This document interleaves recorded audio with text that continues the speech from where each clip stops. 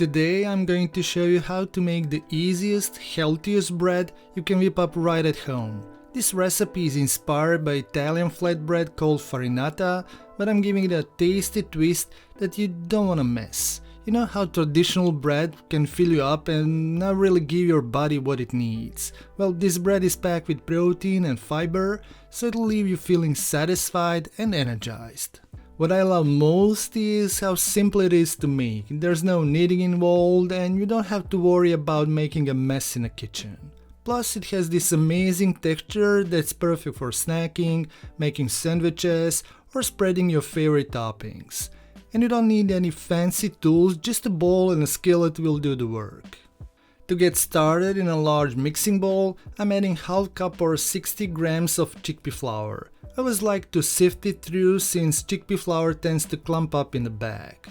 Now for classic farinata, you just stir in the water and let it sit, but I wanted to give this recipe a bit more of the traditional bread flavor.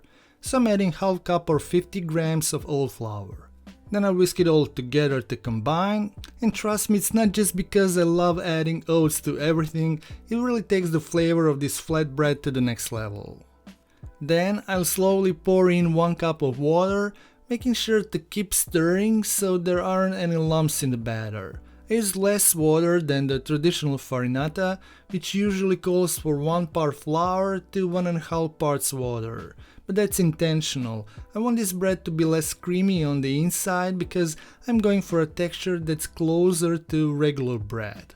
Once all the water is mixed in and the batter is nice and smooth, just cover the bowl with plastic wrap or a plate and let it rest for at least 3 hours. This step is super important because chickpea flour takes longer to hydrate compared to regular wheat flour. Personally, I like to prepare the mixture after lunch, so it's ready to bake just in time for dinner. You know, I recently made these chickpea tortillas and they seriously blow my mind with their taste and texture. So it got me thinking, why not explore more recipes using chickpea flour? I feel like it's such an underrated ingredient in the Western world. It's made from ground up chickpeas and it's packed with protein, something you don't usually get with other flours. After the resting time is up, it's time to finish the batter. First add some salt, a teaspoon or so, then 1 tablespoon of olive oil and whisk everything together. I prefer using regular olive oil here since the extra virgin can overpower the other flavors. By now the batter should be pretty watery and easy to pour, and that's exactly what we want. While finishing the batter, go ahead and preheat your oven to 450F or 220C, and don't forget to preheat your pan too. I like to do this on the stove to get my cast iron skillet smoking hot. It helps me create that perfect crust on the bottom. Before pouring in the batter, make sure your skillet is well oiled. I usually add about a tablespoon of olive oil and spread it around so the bottom is fully covered. Once that's done, you're ready to pour the batter in and pop it straight into the oven for about 20 minutes. You know, making a traditional loaf of bread at home can get a little messy, flour gets everywhere, but with this recipe you skip all that. Just mix, pour into a skillet and you're good to go.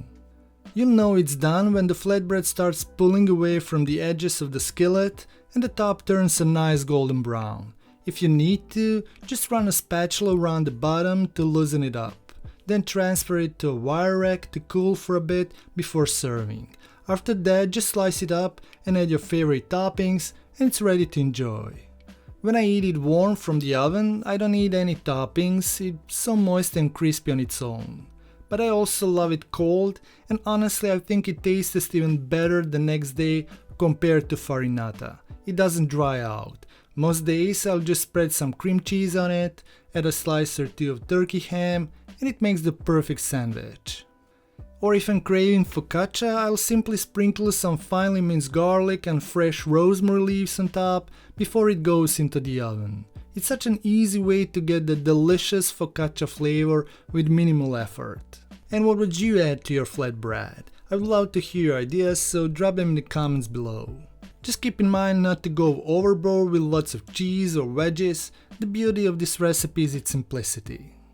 And with this recipe you don't have to give up bread. It's nutritious enough to fit into your healthy eating plan. Plus, it's quick to whip up for those busy days, and let's face it, we're all busy most of the time. And if you're looking for something sweet on a busy day, try out this healthier brownie made in a mug. It tastes just like a real brownie, and you can whip it up from start to finish in less than 5 minutes. Check out that video now. Thanks for watching. Stay healthy, stay happy.